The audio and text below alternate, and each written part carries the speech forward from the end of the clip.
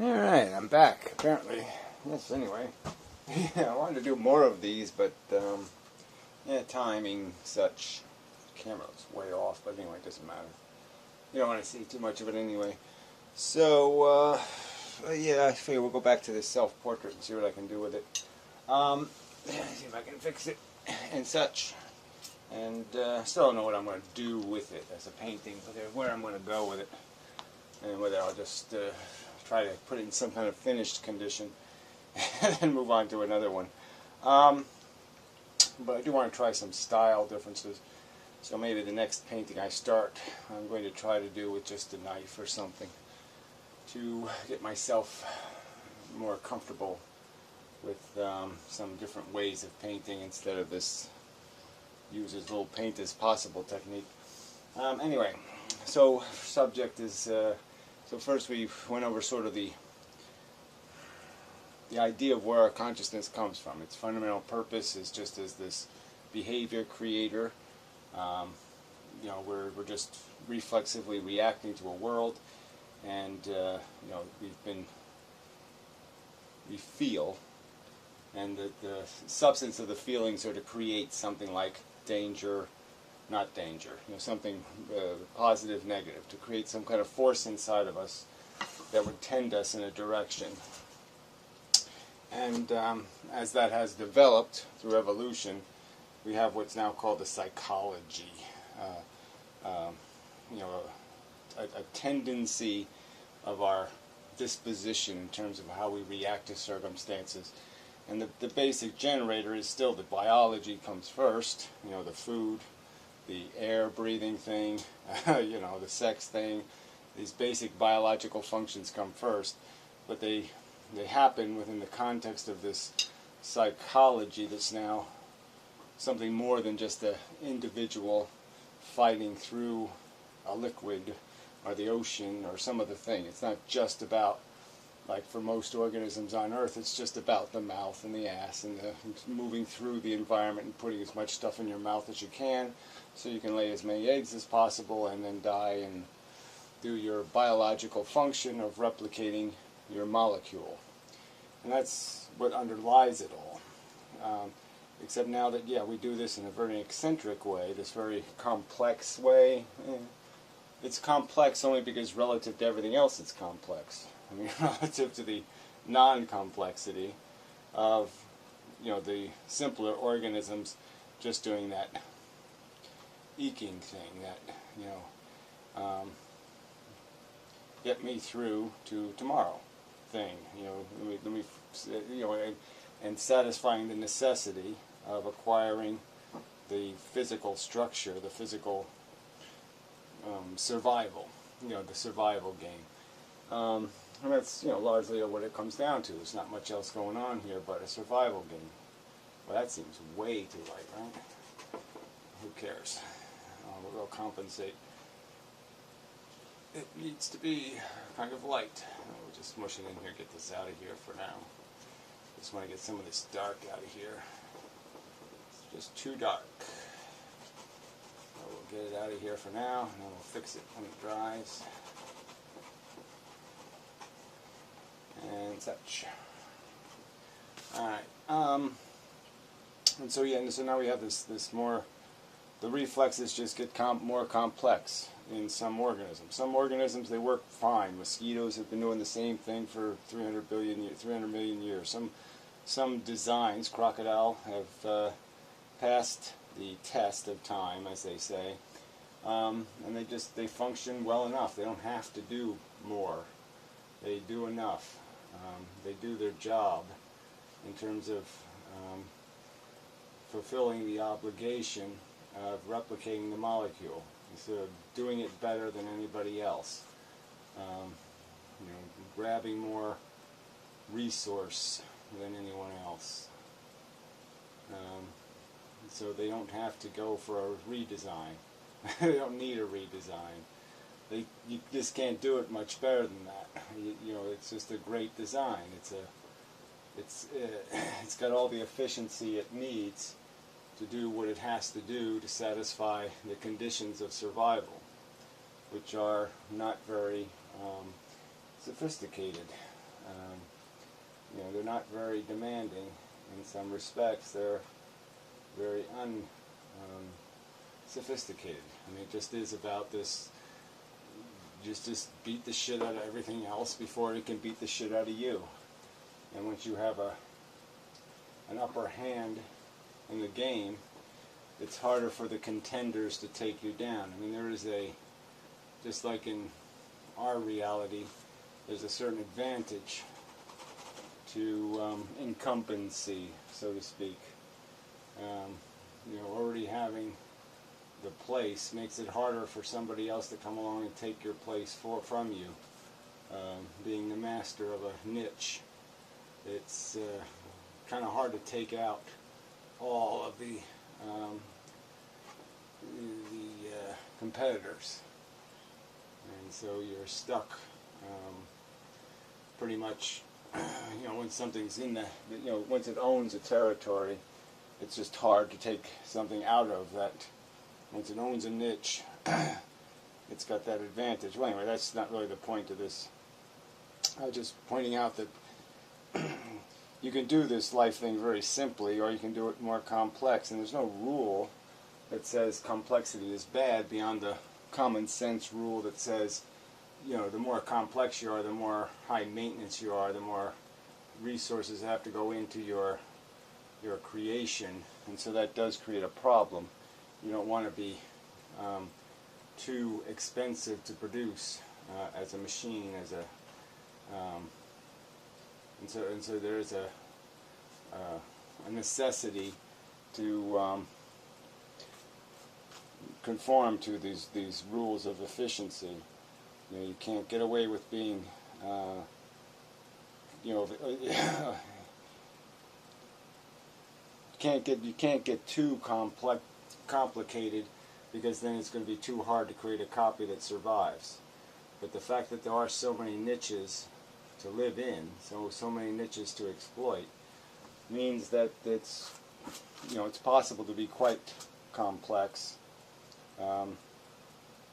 and still make a living, so to speak, because nothing else is going to. It's almost, in a way, it's almost harder to take somebody down on those high, large mammal place in the hierarchy, because you do have to be it is a very tricky and difficult place to stay alive in. To maintain survival in. Human beings have only been around for a couple million years, where many other organisms have been around for hundreds of millions, or at least many millions more years. And so we haven't even proven this design to be a very good design yet, in terms of it hasn't survived a long time in evolutionary terms. It's a rather new design, and it may not be able to out-survive the simpler machines like a cockroach. In the long run, they might win the battle and take over the niche we have, or some organism, some bigger reptile. The dinosaurs might make a comeback. There's no rule against it. Just because we're winning in the short term doesn't mean we're going to win in the long term, I guess is the point I'm making. And the exploitability of a niche is so dependent on how well, how circumstantially lucky you are in terms of what kind of how the things you feed on sustain. Obviously, some really somewhat seem like well-designed mammals didn't survive the last ice age. The saber-toothed tigers and lions, the woolly mammoths. They seem like pretty hardy and durable monsters, and they didn't make it to the next round. So there's just no guarantee that because you're alive now, you're kind, that it's going to make it in the long run. So anyway, but we are a very complex animal, and that's the point I am conceding. You know, I'm not saying it means much, because all the complexity is just really about the complexity of warfare on a mass scale. Most of our complexity is devoted to the fact that we have become social animals, gang animals, and that we survive not as individuals, but as troops or tribes, or there's probably lots of words for that. You know, but it's just not like most mammals. We can't win on our own. You have to play the game as a team, or you're going to get wiped out by the gangs out there. The gangs will take you down. So you've got to have a gang too. And most of our psychology seems largely revolves around the maintenance of some sort of necessary disposition for fighting the gang, the interior, gang war kind of thing. We're not fighting the war as so much as individuals, as we are within so much as individuals fighting the world, as a gang fighting the world. And now the gang hierarchy is the real test of where you're going to place, what kind of job you're going to end up with. So I did try to indicate that I was going to go in this kind of direction, but I mean, it's just like the colony of insects. The insects, the individuals are molded and shaped by chemistry to fulfill a certain role. We're molded by our experiences, by how we perform within the group, and how we do that will decide where you're going to end up socially, as a winner or a loser, so to speak. Within this whole alpha concept comes into play in terms of whether you're going to be on the side that's doing the dying and the fighting, or the side that's doing the breeding, and the enjoying, so to speak. The ones that ride, the best part of the wave, because they carry the important next generation's hope, so to speak, or whether you're going to be on the downside, being the one who has to be sacrificed for the good of the colony or the group or the gang. And so our psychology is sort of built, large parts of it are built around establishing those roles to play in the hierarchy. And sorry, I'd have to can't talk while I do certain lines. Require a certain amount of quietness in the body. I think. Yeah, I think they do. Anyway, makes the mouth bigger, but it still isn't quite right.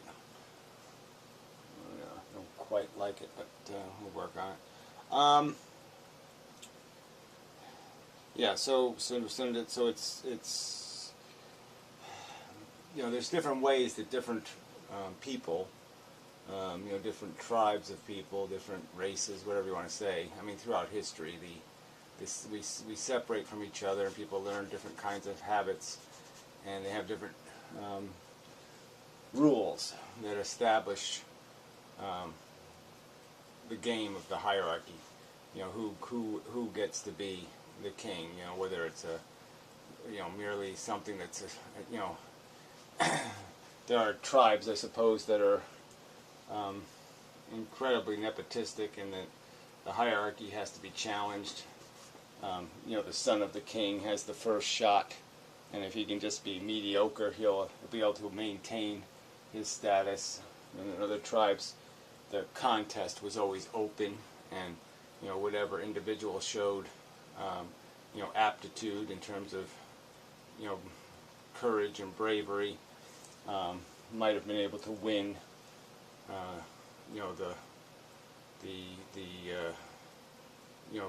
to be able to establish itself as the more the better candidate for being the one who runs the show, the alpha status. Some cultures, even with primates, it happens with bonobos, that it's your status, it's the status of your mother that decides your status in the tribe. So if your mother's the queen, so to speak, or the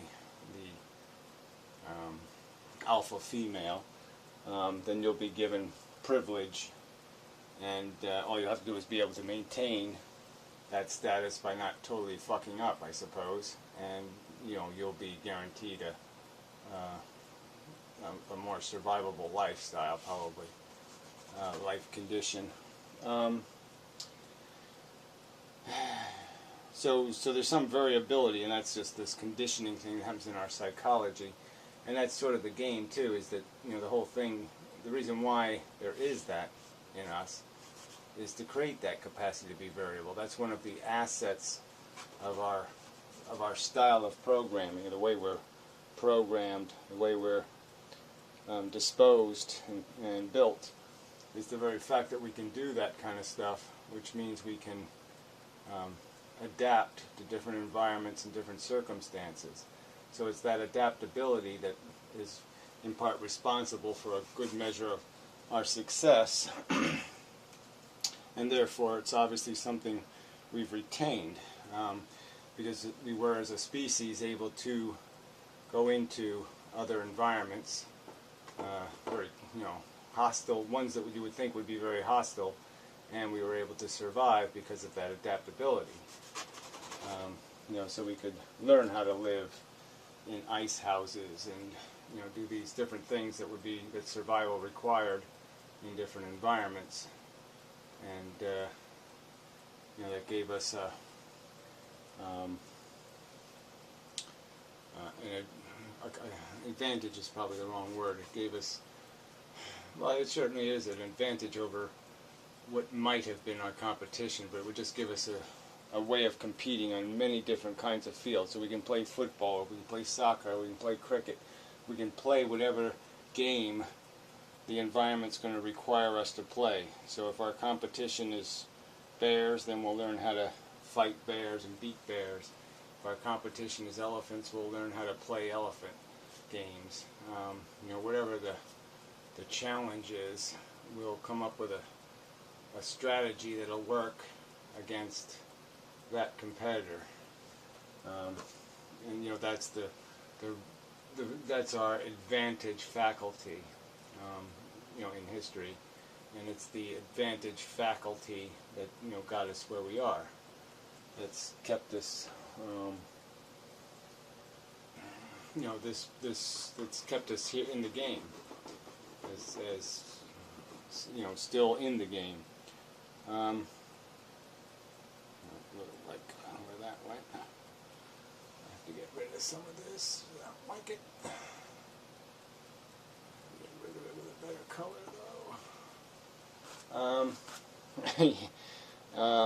Okay, so where was I? Yeah, so this is definitely the long version, right? I'm just kind of rambling on the subject of psychology, which you can go in so many different directions. But I do want to keep it focused on this evolution idea, and the simplest of the disposition, the simplest of our tendencies, which are the competitive nature. Right? That's one of the simplest things about us, the simplest to see and understand, is the fact that we would be, that we are very competitive.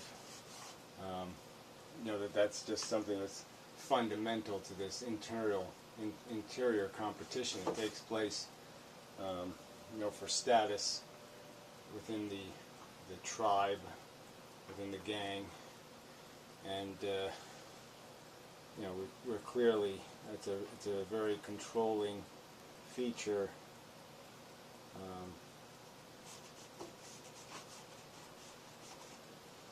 Probably don't need quite that much of a square chin, but I'll fix that later too. Where was I?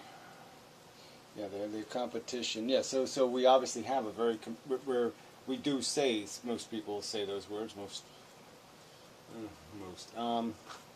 Many people would not find it offensive to have themselves described as competitive. It's a very common feature among people, is this idea of feeling a necessity or an urge or a desire or a kind of passion to succeed by some kind of whatever the standard is. It's ingrained by the culture, essentially, mostly substantively, and that this is a fundamental driving force. It's not a minor thing. It's a very major thing in terms of function. Let's see which one of these eyes. I have to choose one of them and do one of them over there, because they really don't exactly match. This one's either got to go that way or this one's got to go that way. We'll make each one go a little bit one way. How's that? Yeah, we'll compromise. So we'll nick this one a little this way, and we'll nick that one a little this way. And then we just have to move pupils around. Maybe that's all we have to do, but might have to do more than that.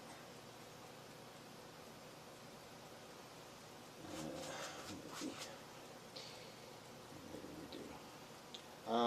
Where was I? So, in conclusion, no, because I'm not quite there yet.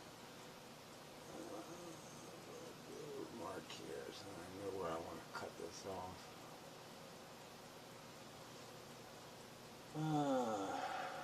Something like that, yeah, I think I can live with that, actually. I think I can. Still not pleased with this. Still isn't correct. Somehow. Some way. Still wrong. Oops, too much of that. Yeah, so we're competitive, and we're, just by very rudimentarily, very fundamentally, very basic, very deep inside of us, and that in some ways defines our comfort and happiness. Is how comfortable and happy we're going to be, or how comfortable is probably the right word. How comfortable we are is going to largely be dictated by how how we feel about our place, our status, competitively, and as stated, it is modified subtly by how what the culture values. So if the culture values intelligence, or the culture values physical size, or there's different ways we can acquire satisfaction with ourselves.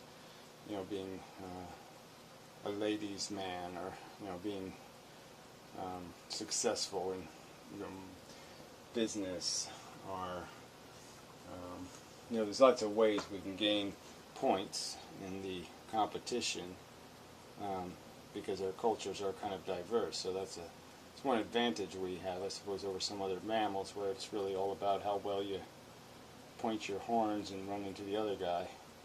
It's a more complex fight that we're fighting. We can fight at more levels, and so it's possible,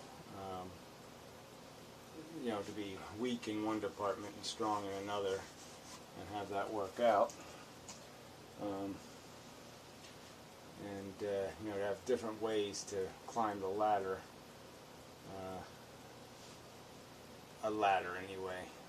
It's hard to say the ladder because, these are all different ladders depending on the culture you're in, and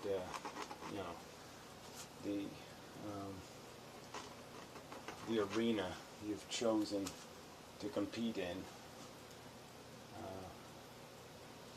to acquire your I'm okay points.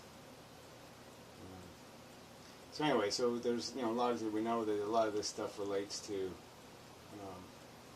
procuring females, and we get back to the biological function again. So it ends up always streaming back to biology, usually in one way or another, in terms of what's really going on with our psychology, is that it's heavily influenced by these biological imperatives of replicating and successfully having whatever attributes are required to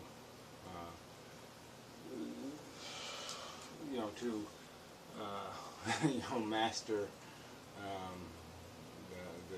to master is the wrong word,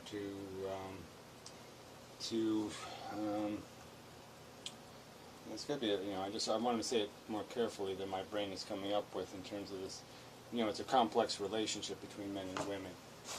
And, parts of it are like everything else. Parts of it are completely driven by conditioning, culture, and how we are maturated. Some people might argue that in many ways our culture demasculates men and defeminizes women in some respects because of some of the ways we overreact, or it might be called overreacting, to the narrowness of the role playing, where instead of seeing the meeker sex as the weaker sex, or something like that. Instead, just taking things to extremes that are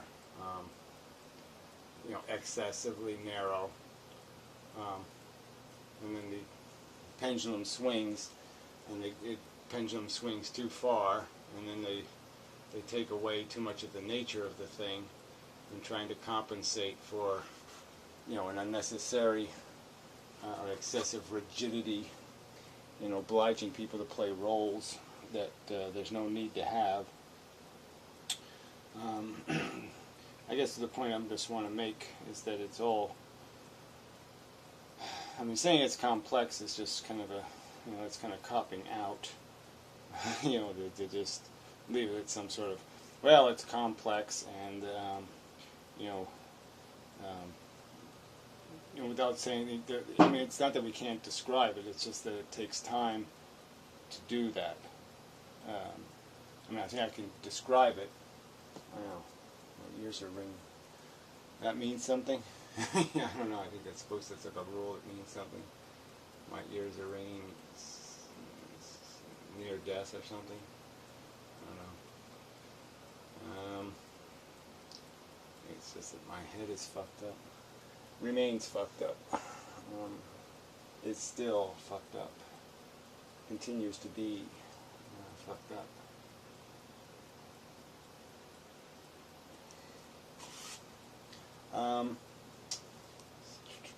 Yeah, so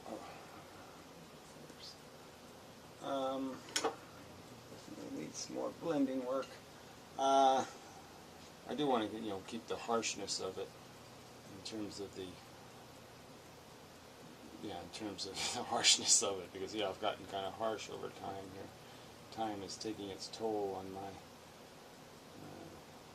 features. And so I do want to leave in some of this messiness, but it is a little heavy. I do have to do something about the heaviness of it and the unevenness of the color. We'll have to work on that. Maybe I'll keep some of this up here and just let that dry and bring some kind of color down through here. I like that I got rid of that, so once that dries I think I'll be happier with that. So maybe I'll just throw on some hair and call it a day.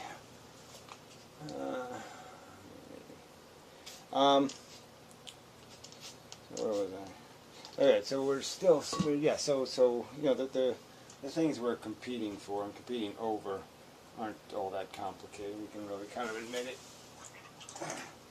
You know, that this status thing is largely about, you know, certain prowess, you know, whatever, you know, winning over the ladies. That's sort of the competition. Proving you're more of a man or something, bigger, better, more fantastic, and that's, you know, we are largely playing a game like that, and you know, it's not much, we're not much more complicated than that. We're just fighting for status points, and you know, there's nothing else to see here.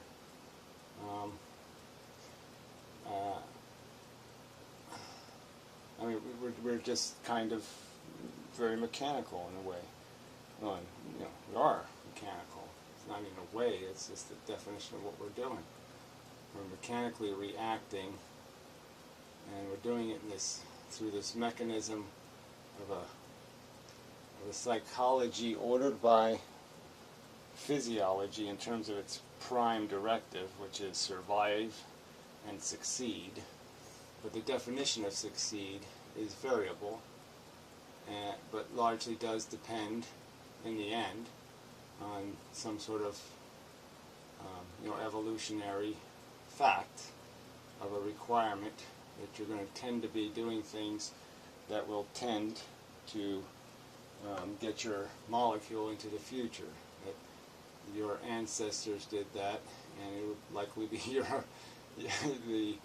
for you to be consistent with their functionality, you will likely have to duplicate some of the patterns of their behavior in terms to be able to likewise succeed in getting the molecule another generation into the future. And clearly you'll have the option, like, you know, I have chosen, to break you know, that functionality, even though it's billions of years old. All my ancestors successfully bred, and I'm saying, yeah, that was really dumb. You know, even if they did for billions of years. I have decided, my brain has seen a different kind of light and sees no function in that. Yet my entire psychology is still written, you know, in terms of its disposition, in terms of its fundamental disposition, you know, by what worked for them.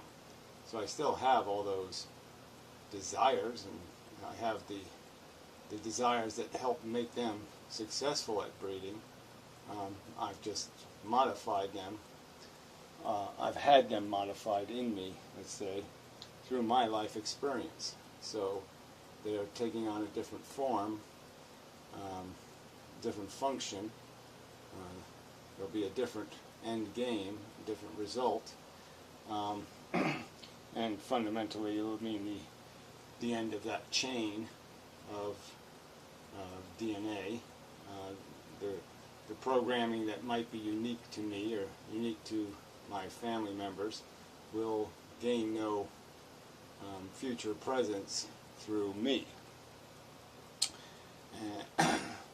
But as I've stated, the psychology still exists regardless, and but that's the beauty of our the one grace of our mechanism, is that we do and we can be modified by merely an idea. An idea can change us, change our entire perception, change how we react, change how we feel when something happens, change physiological reactions, change very fundamental conditions within our interior.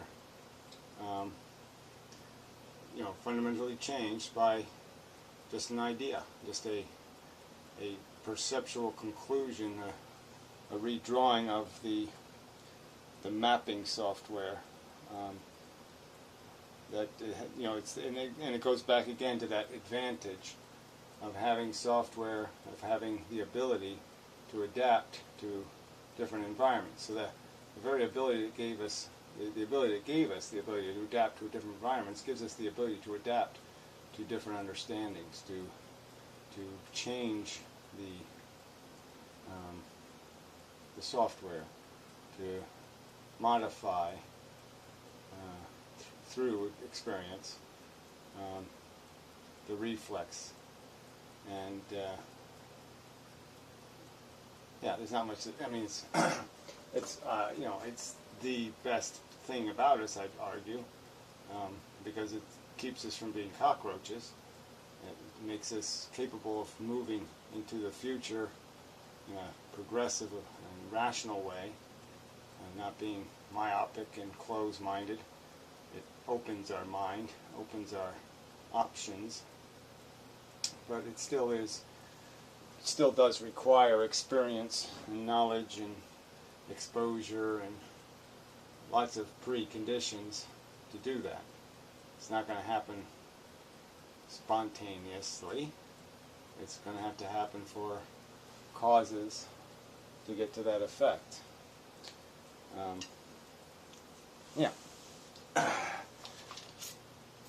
What else?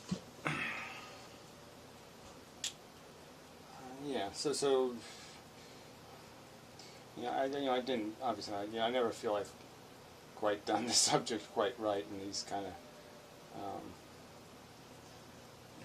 imperfectly, these rambles. It's a little hard to ramble on complex subjects because you just don't, it's hard to reach for the words, especially when I'm thinking about what I'm trying to do at the same time. It's hard to use your brain for both things. And I suppose I should pause properly in both areas. I should take some time to paint and talk about painting, and maybe take some time and then do the philosophy without painting. Like if I just stop and say, okay, what is it that I'm trying to say?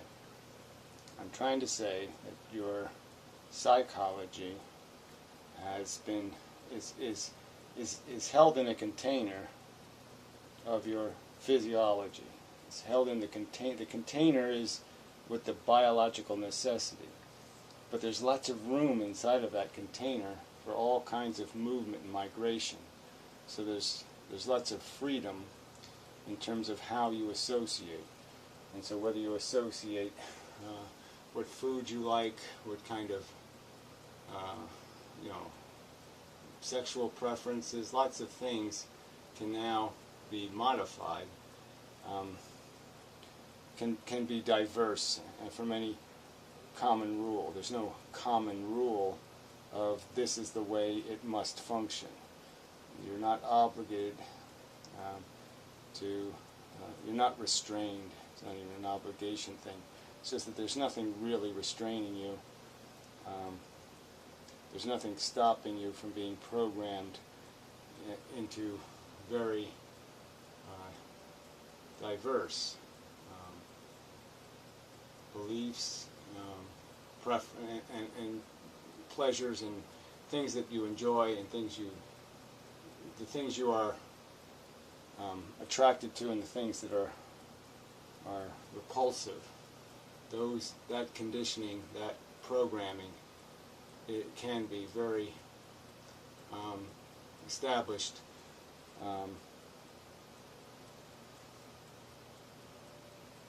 in very diverse, it can be manifested. That's the kind of thing, you're looking for the word and I can't find it. It can be manifested in very diverse ways. And it just isn't the same kind of rigidity that you would have in other organisms. And that's intrinsically interesting because it's not common. It's a little bit rare that organisms are given that ability, as most of them, unfortunately, don't have the option of stepping beyond the crude circumstances of their birth, much like an ant. They're just completely owned and obligated from the day they're born to a certain way of behaving, and they're just not going to be allowed to escape that, to become something better or something more interesting.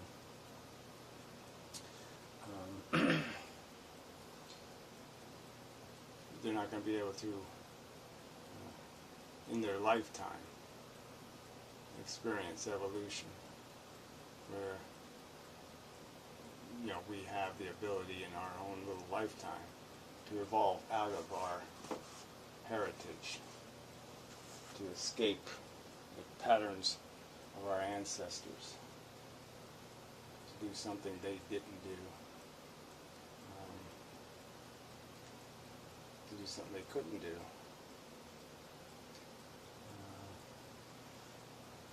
Yeah, not exactly what I wanted to. It's not exactly the point I'm trying to make, but it's a point nonetheless, so we'll go with it. So let's see. Yeah, so I didn't really get to the point. I'm just trying to get that the brain, this consciousness thing, is all just an illusion inside this vessel. It just happens inside your head, and it's created this place where feelings are projected, where a sensation that is obnoxious, a sensation of relief and comfort. It's mostly, I would say, sensations. The good sensations are basically sensations that take away tensions, that take away irritations. Irritability is resolved, and that's intrinsically pleasurable. But regardless, it's a place where the idea is risk and reward. And instead of being in this crude mapped world where the risk and reward is direct, either you get crushed or you don't get crushed, either you get food, you don't get food, instead of it being that simple, inside our psychology, the game is first played inside our psychology. And before the behavior takes place, we are given the risk-reward incentive of feeling good about it or bad about it, being worried, being nervous, being afraid. We do these things before we get crushed. We do these things before, and that way we can know, we can experience an understanding of the could-be's and the will-be's or the would-be's. I mean, some of the things we'll know will happen, and some things we'll know only as risk. And we'll have to measure those things against each other, and our brain will make decisions. But clearly it's happening inside our brain as a trial. Our brain is practicing life, in a sense. That's the whole function of psychology and consciousness, is pretty much to give an organism the ability to try living, to do it on a trial basis inside your head. So you can get some taste of it, and that's what it is, sort of is, a taste of it. You get, through fear, you get a taste of danger, of being eaten by the crocodile. Your brain provides you, through a memory or through a visualization and through an empathy, if you watch your friend get eaten, a capacity to taste a little bit of that and say, damn, I don't want to do that. And, you know, that's not a good thing. So I want to try to find a way to avoid his fate. I don't want to be, you know, whatever crocodiles call, you know, a man which, yeah, a human burger. Maybe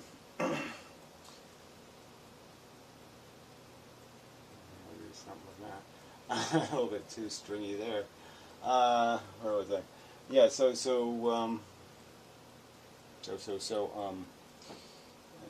Yeah. I didn't really. I have greater ambitions every time I make a video, right? I do kind of wish I do a little better sometimes. But whatever. At least I'll get used to this. And so yeah, the last Spook video wasn't really saying much to me either. And I watched a Matt video, and you know, he just does all this Whitehead. The universe is somehow relevant to the activities on planet Earth, and I think that's just wishful thinking. What's happening to us is only happening to us because of what happens when chemistry replicates. And when chemistry replicates in a manner where the replications can create mutations and you can have accelerated evolution through that process, is that organisms become complicated machines. And we're a kind of complication, we're a kind of complexity, but fundamentally the complexity is not the purpose. The purpose is still just the molecule replicating. That's the function, is survival of the machine. It means machine's survival is all that we're playing for.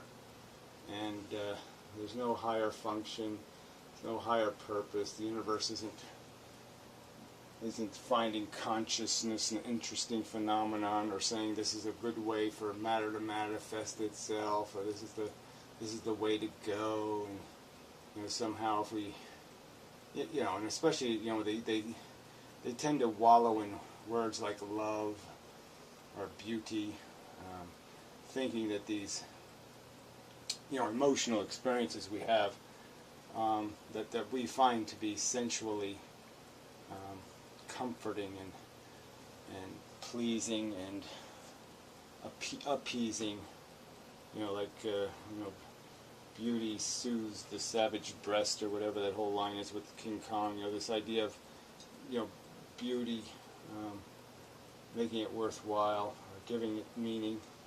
You know, we're certainly, we can talk that kind of stuff, but it's really not relevant to what's happening. It's just the manifestation of the mechanism. This idea of romantic notions and all that stuff, again, is just a mechanism. It's part of the psychology, and it has a function in terms of creating devotions, making us passionate, making us willing to stoically sacrifice ourselves for another, because there are interests in the game that are the game we're playing, because it is a colony game and a tribe game and a family game. There's an interest in creating in me some sort of passion, some kind of biological interest I'm talking about, to you know, sacrifice this body for a body that's more relevant to my getting my genetic code into the future. So if there's some circumstance where destruction of this body will further getting 89% of my genetic code into the future, then those decisions will be demanded of me by the fact of this emotional character that's susceptible to love and devotion and passion and anger and justice and all those kind of emotional things. But those emotional things are not intrinsically grand and awe-inspiring. They're only awe-inspiring to us emotionally, just as climbing Mount Everest is only meaningful to people who find it meaningful. People who don't find it meaningful, people who think it's just cold and windy, and there's no oxygen, and it sucks. Those people see no point in climbing the mountain and beating the mountain and fighting with the mountain. They'd rather, fight with a woman's bra strap or something. They'd like to find something else to fight with, to conquer. Some other mound to conquer. So they're all in the same category, and there's nothing magnificent in it. It's just the nature of the competitive animal, mostly. Anyway, that's probably enough, right? I'm tired. I didn't do. Yeah, I'm sorry. I got to do better, but I'm just tired. That still looks weird. Yeah, well, I'll fix that though. The weirdest part is the chin, and I'll put back. I'm trying to find if I changed the